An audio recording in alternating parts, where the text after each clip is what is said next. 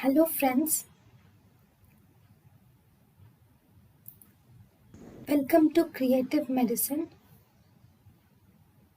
In this lecture, we will learn about Section 177 IPC Furnishing false information to a public servant by a person who is bound to give it.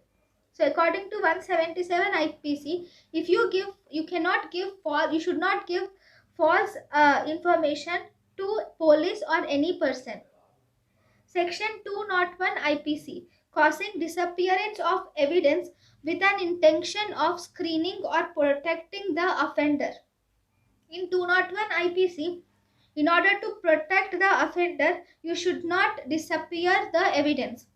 Section 203 IPC, giving false information respecting the offense committed. 203 IPC is giving false information.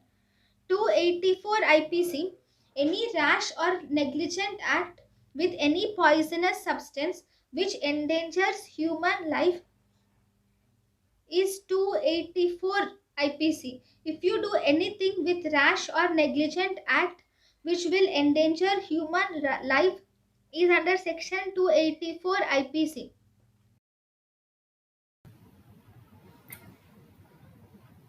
thank you and thank you for watching.